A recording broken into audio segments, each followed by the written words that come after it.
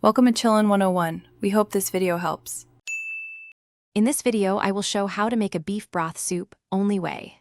Start by roasting bones until browned, then transfer to a large pot.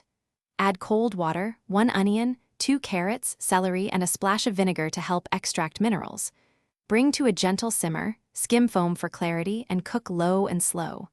Strain, cool quickly, and refrigerate for up to 4 days or freeze for longer storage. Use aromatics and timing to build flavor without overpowering the broth. Start with basic mirepoix and add garlic later to avoid bitterness. Toss in peppercorns and bay leaves toward the end so they don't dominate.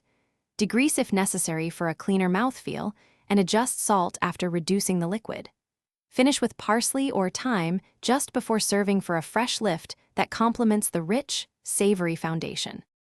In this video, I will show how to make a beef broth soup, only way. Quick recommendation. These leak-proof meal prep containers make storing and transporting broth effortless, and they stack neatly in freezers or fridges.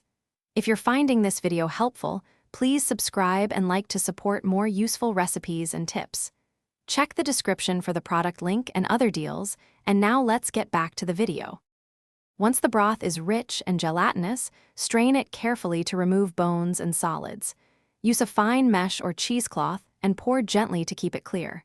Cool the strained broth in an ice bath to speed chilling and preserve quality. Portion into airtight containers, label with the date, and freeze flat for easy stacking. Reheat gently to preserve texture and season to taste before serving. Thanks for watching. Consider subscribing if we helped you.